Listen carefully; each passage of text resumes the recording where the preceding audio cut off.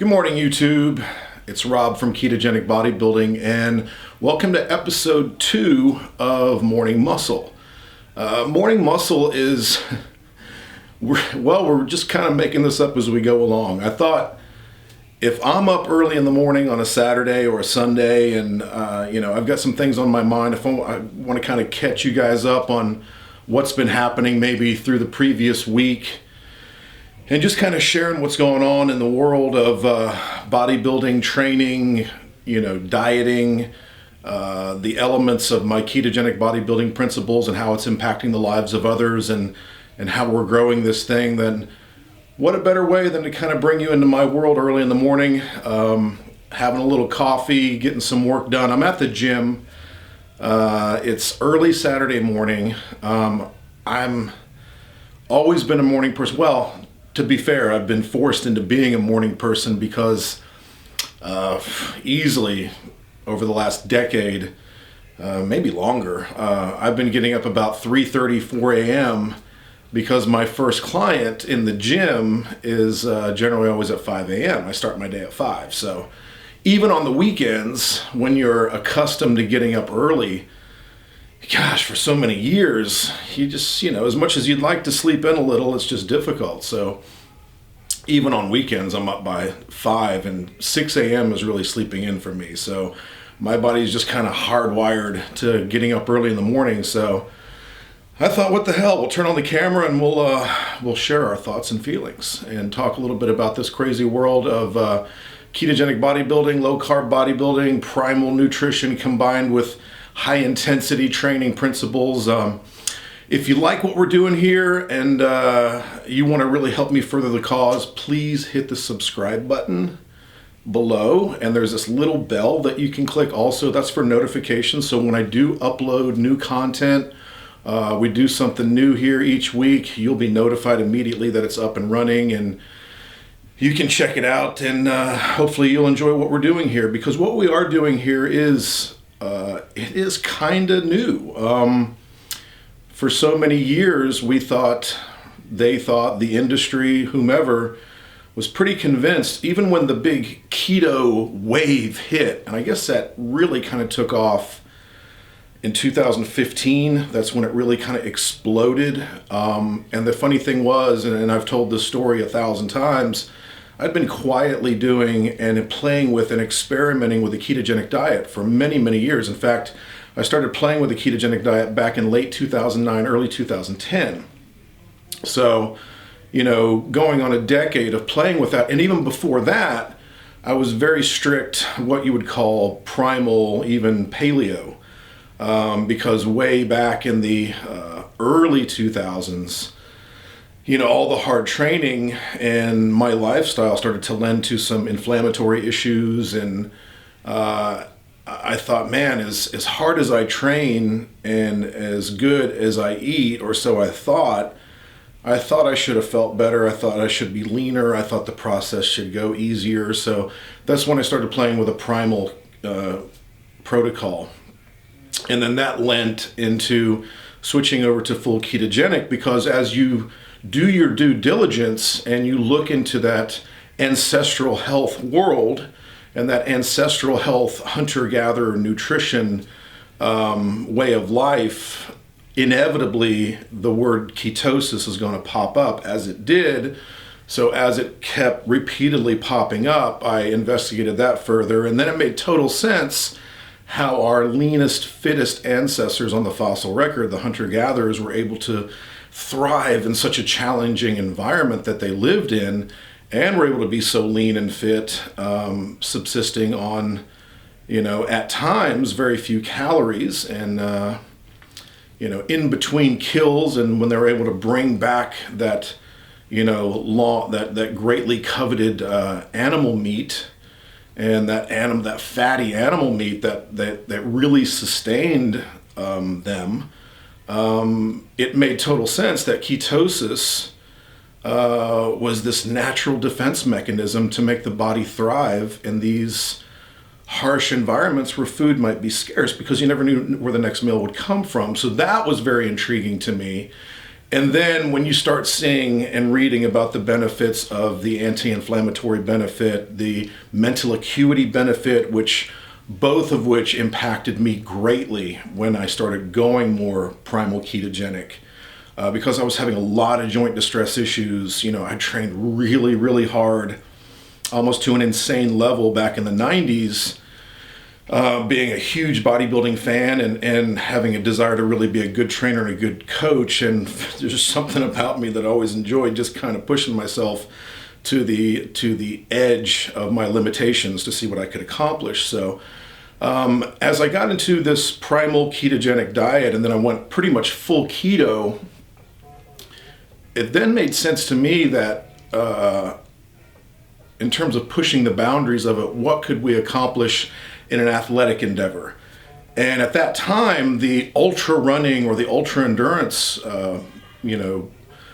that group of people were thriving on it and kind of brought it into the mainstream in terms of the athletic world. But then you always heard that, well, it works great for them. They've got this resource of body fat they can draw from, but it would never work on a strength training athlete, on a bodybuilder, on a CrossFitter or a sprinter or something like that.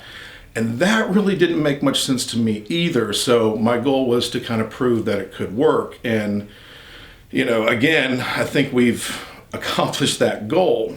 Myself personally and scores of clients and other people in the industry who have documented strength and muscle gains and performance benefits on a very low-carb ketogenic diet. And my hybrid approach by using carbohydrate as a tool really kind of pulled the whole thing together. And I speak about my DTR protocol, my deplete, target, reload, and that's exactly what I did when I started competing, real competitive bodybuilding back in 2015. I experimented with it and then I tweaked it again in 2018. And then even further so recently. So that brings us up to speed with, I'm a couple weeks removed from just doing a bodybuilding competition at the ripe old age of 51 years old. I just turned 51 early this month. And I'm excited and proud to say that I did well. I placed first in the old man's division, the 50 plus. I got the first place in that division, and I was really pleased to take first place in the men's open bodybuilding division in the heavyweight class. Because in the open, it's all ages. It's just the heavyweights. And so knowing that I was able to place higher than some guys in their 20s and 30s meant a lot to me. And it was kind of like winning one for the old guys, and the hard work was really paying off and showing that, you can accomplish an incredible goal at any age. And I've got clients in their 50s who are standing on stage for the first time in their lives as well. And, the results have been incredible on this dietary protocol. So about the competition, again, recap, it was an incredible weekend. And on a personal level, it was an incredible weekend for my family because my daughter Kendall, who you've seen here and there sprinkled in some videos, the In the Trenches videos. She's a member of the Ketogenic-Bodybuilding group. You've seen some posts there. If you want to follow her and her little journey, you'll look into the notes of this video, and her Instagram is on there. Follow her. She's awesome. She's 20 years old and wise beyond her years, and trained really, really hard in the novice women's bikini division and took first. And as much as I enjoyed placing well myself, nothing beat the feeling of, watching that unfold on stage and seeing her just kind of take over that stage, never having done it before, and all the training and all the dieting and all the work and hard work that she did paid off. And to see it culminate in that win, when you see, the top 6 girls up there and one's your daughter and they're handing out those top 6 awards, and, number 6 is called and number 5 and number 4, and then you realize, oh my God, she's in the top 3, first competition. And then, third place is called and you're like, oh my God, she's top 2. And then, I'm thinking, God, top 2 in her first competition, amazing. And then when the second place was announced and it wasn't her, obviously the crowd erupted and I was the biggest idiot out there, jumping up and down like a crazy person, screaming my head off. It was an incredibly proud moment to see her take that first place in her very first competition. And so it was a great weekend for my family. Proud dad moment, proud coach moment, a lot of emotions, getting that a couple of first place myself, seeing her, my training partner, and one of my trainers here at the gym, Ryan Gant, looked amazing and got a second in the open and a fourth in his class and did incredibly well. I thought he should have placed higher, but that's, you don't complain. But it was just a wonderful weekend for my family, for my gym, for our coaching practice. So that's kind of the recap there. And, I started talking about my way of eating and my coming into keto and the hybrid methodology that I use to train not only myself but my clients to reach that extreme physique, that elite physique, that lean physique. And I'm always learning. And what I learned this year kind of stacked on top of a lesson that I learned back in 2018. In 2018, I got too experimental. I had placed second in 2015, wanted to come into 2018 and just, win and at all costs kind of a thing. And I did so by kind of forgetting where I came from. And I went way too high volume on my training.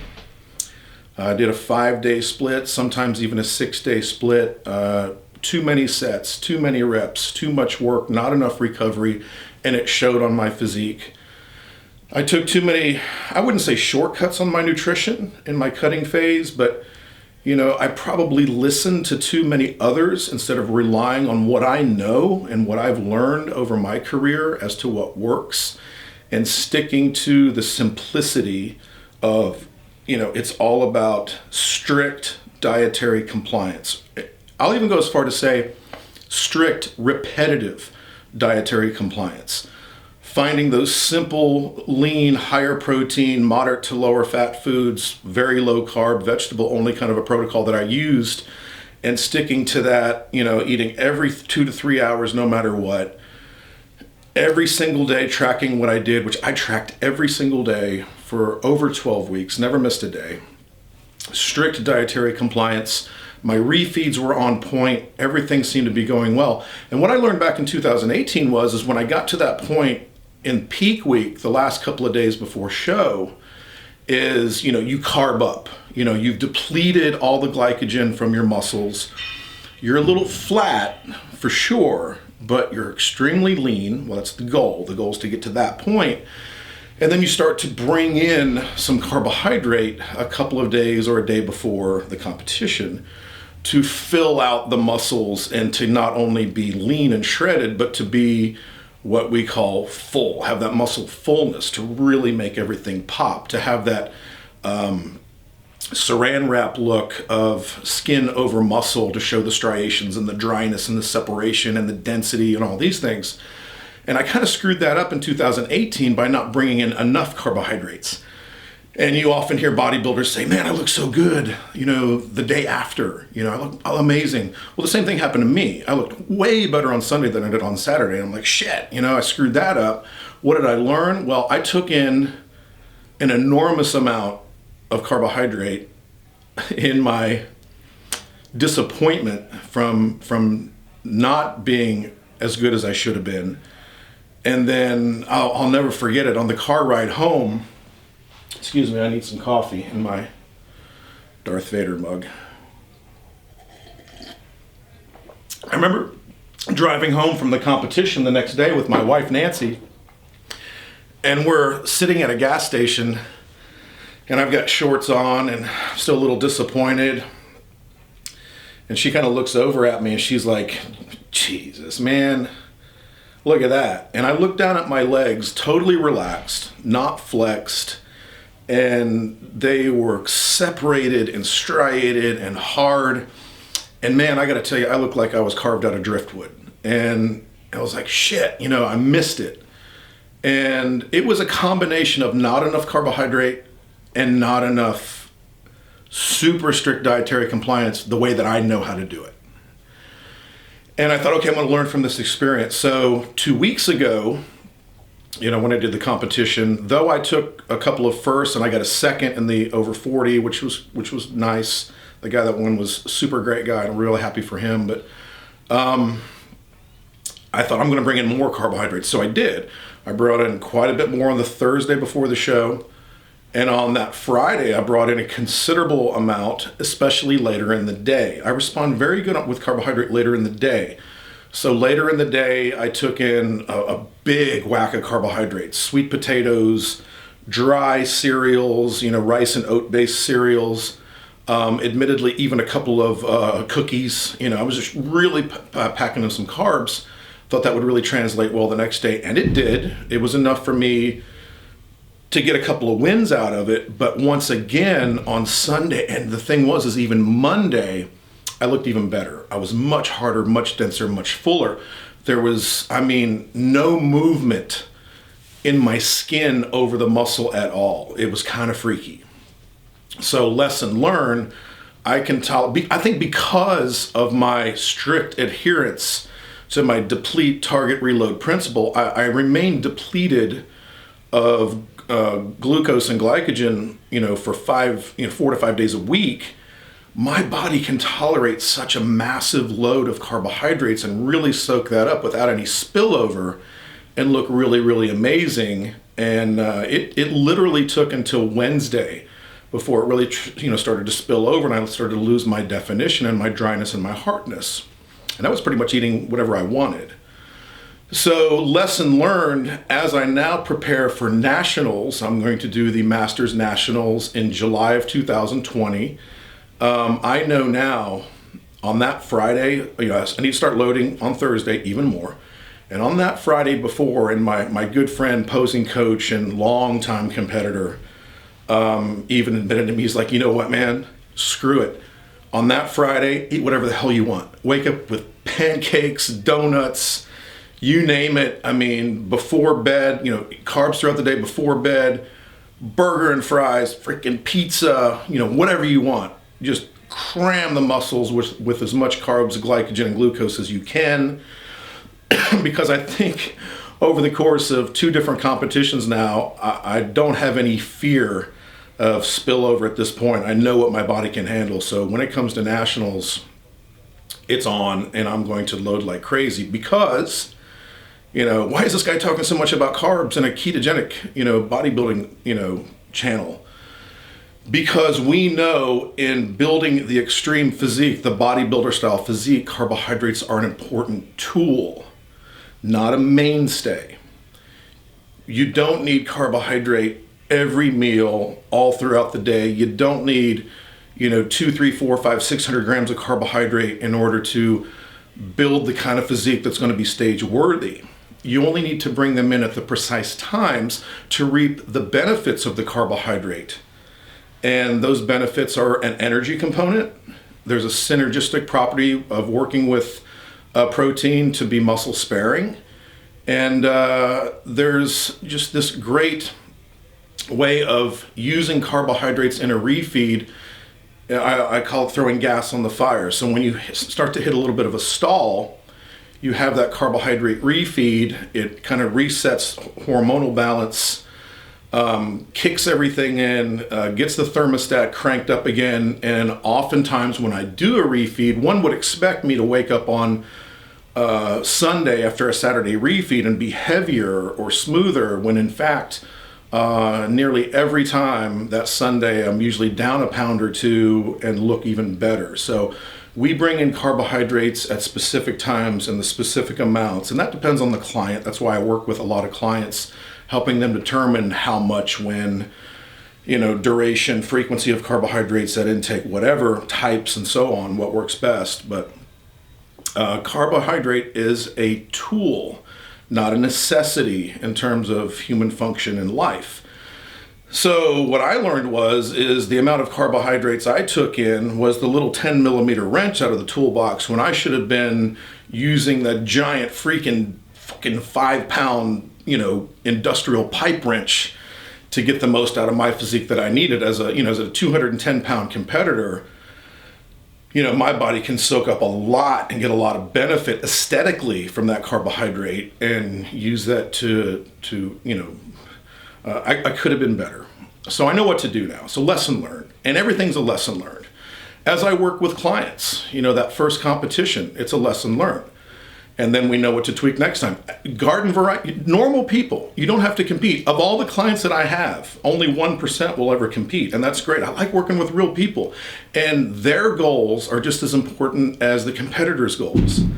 Being their best, preparing for some event, it could be a family reunion, a high school reunion, a wedding, or just they've determined that it's time to achieve their best physique. So I use a lot of the same principles that you would apply to a physique competitor to the average everyday person, because why? It's still the best approach. If you want to be your leanest and your strongest and your most aesthetically appealing version of you that you've ever been, this approach works not only for the physique competitor, but it works well for the businessman, the businesswoman, the soccer mom, the grandmother, the grandfather, whoever.